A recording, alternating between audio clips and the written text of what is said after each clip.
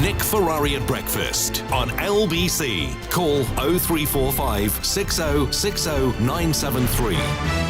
Let's pick up on that conversation about the Love Island style. Look, I'm not going to pretend I don't watch the show. She's obviously very big. She has millions of people following her on social media, 6 million Instagram, 1.5 million YouTube. But she's under fire. Effectively saying we all have the same 24 hours and we could all become millionaires. Is it Elena or Eleanor in Tower Hamlets? Good morning to you. Eleanor, thank you Eleanor, so much for thanks having for me. coming. Thank you. No worries. Thank you so much for having me on your show Not at all. this morning. Yeah. Obviously, I do partly agree with Molly May's comment, and obviously that comment is going to resonate with a number of people who have sort of reached their goals and heights of their ambition despite their socio-economic background.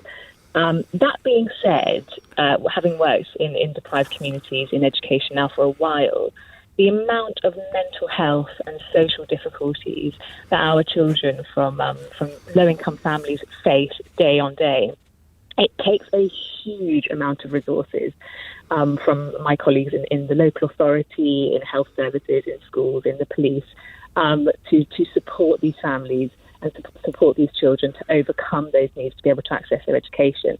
Ultimately, if you come into school and you haven't had breakfast, you're going to struggle to access your curriculum.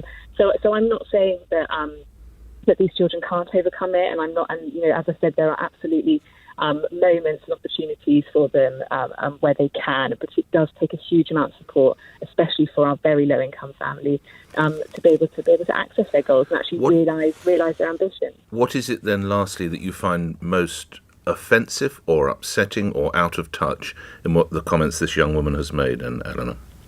I just think it's a disregard or perhaps a lack of understanding for the livelihoods of so many of our families outside of her own circumstances. She does say, I understand we all have different backgrounds, we're all raised in different ways and have different financial situations. She does say that, of course. She does. I do think that's quite an easy comment to say, Nick. I don't know if you'd agree. I think that's quite an easy comment to say, but not necessarily fully understand or have fully experienced yourself.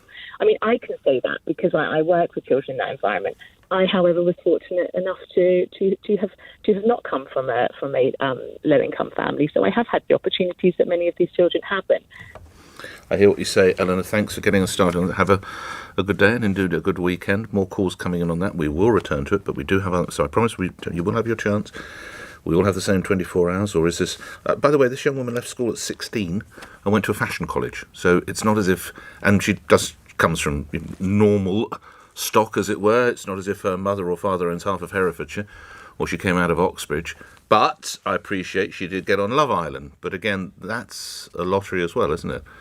Anyway, we'll look at that in more detail. She'll return to other matters of a different sort. Business, anyway. Businesses in England most impacted by COVID and the Omicron variant can benefit from £700 million in grants. Here with details is Conservative MP and Small Business Minister and also Minister for London, so we'll be talking about the tube strike as well. Paul Scully joins me now. Good to have you on. Thank you for coming. How do businesses access this cash, Minister? Good morning and Happy New Year to you.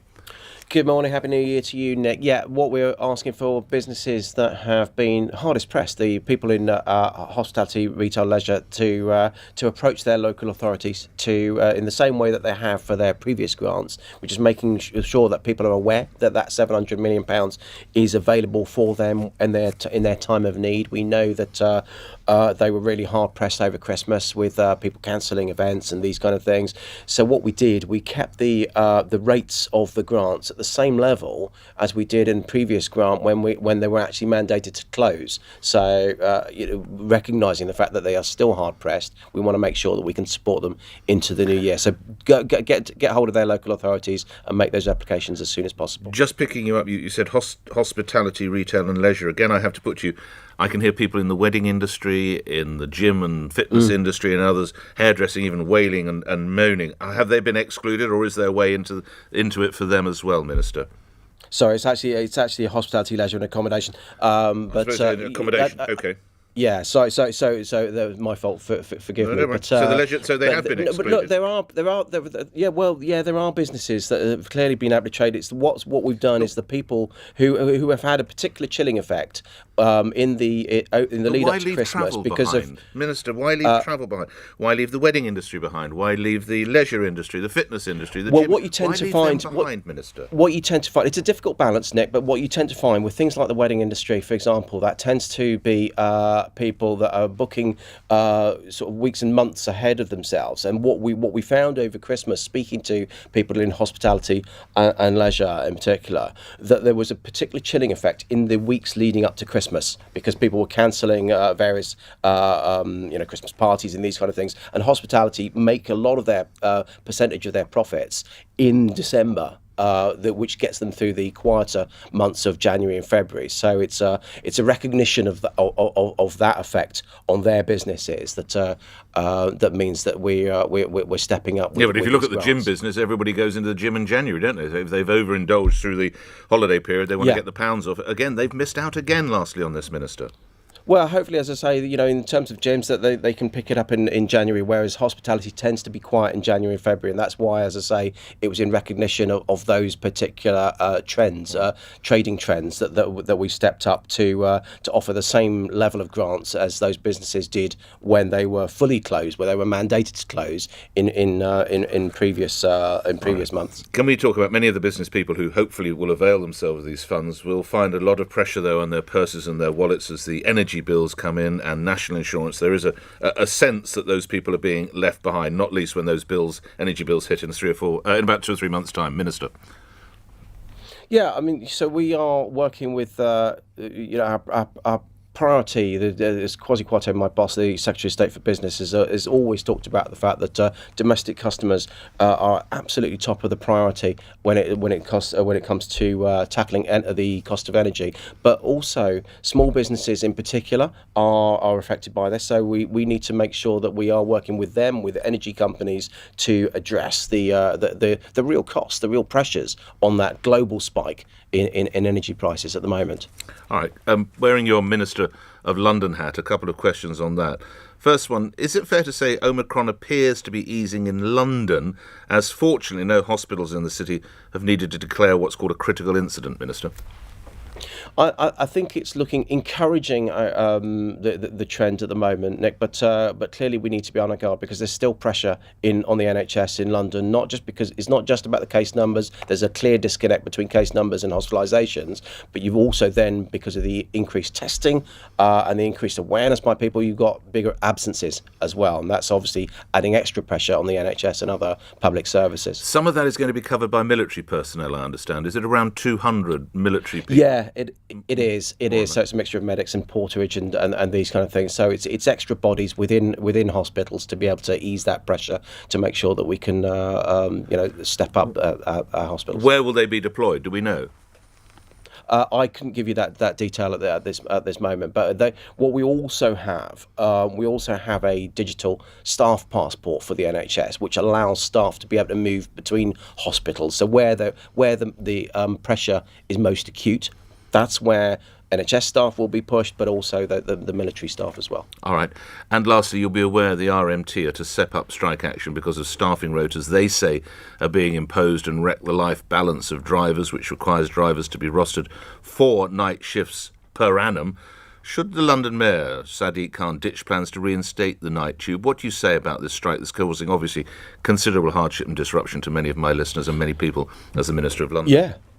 It's totally unreasonable. I think we need to get back to the table, but the mayor needs to get back to the table with those unions and TfL to thrash this out. Because no, he shouldn't reverse his decision to look at the night tube. The night tube is a boon for London as we start to open up again, but it's vital to give people confidence of the safety and security about moving around London late at night, especially workers, not just people that are actually enjoying hospitality and the other areas that we've just been talking about, but workers that are maybe late workers, night workers, gives them the security and safety to move around town. If you recall, one of the major planks of then the challenger, Sadiq Khan, when he took over the mayoralty from then Boris Johnson, was a number of strike days that were lost on the London Underground. If we're starting the longest ever tube strike, what does that say of Sadiq Khan's stewardship as mayor, Minister? Well, I think my comments on the mayor's stewardship have been long since trailed in various things. He's good at politics. He's not good at leadership. And what we need is a strong leader in London at the moment that's tackling these industrial relations, that's making sure we can keep Londoners moving. And lastly, as small business minister, I'm sure you're a fan of the television show Love Island. You've got them all on Sky Plus, I've no doubt. Molly May Haig, who is one of the young stars, is saying everyone has the same 24 hours available. We can all make a success of our lives. But she's under considerable fire on social media. Is it fair what she said? I think it is, but I think you've got to define success, because some of the comments that I was hearing in the lead up to my piece on this was about money, but success doesn't necessarily equal money. It can be furthering your job, whether it's in public service or whatever. And I think an aspirational approach to life is no bad thing. What we've got to make sure, though, is that opportunity is equally distributed around the country, and that's why the levelling up agenda that we often talk about in government is so important, to make sure that those 24 hours can be matched by the opportunities by education and business across the country. Grateful for your time. Thanks very much indeed, Paul Scully, Conservative MP and Small Business and London Minister, appearing here on LBC, where 8:02 News is next. On your radio, on Global Player, and Play LBC. leading Britain's conversation. This is LBC. From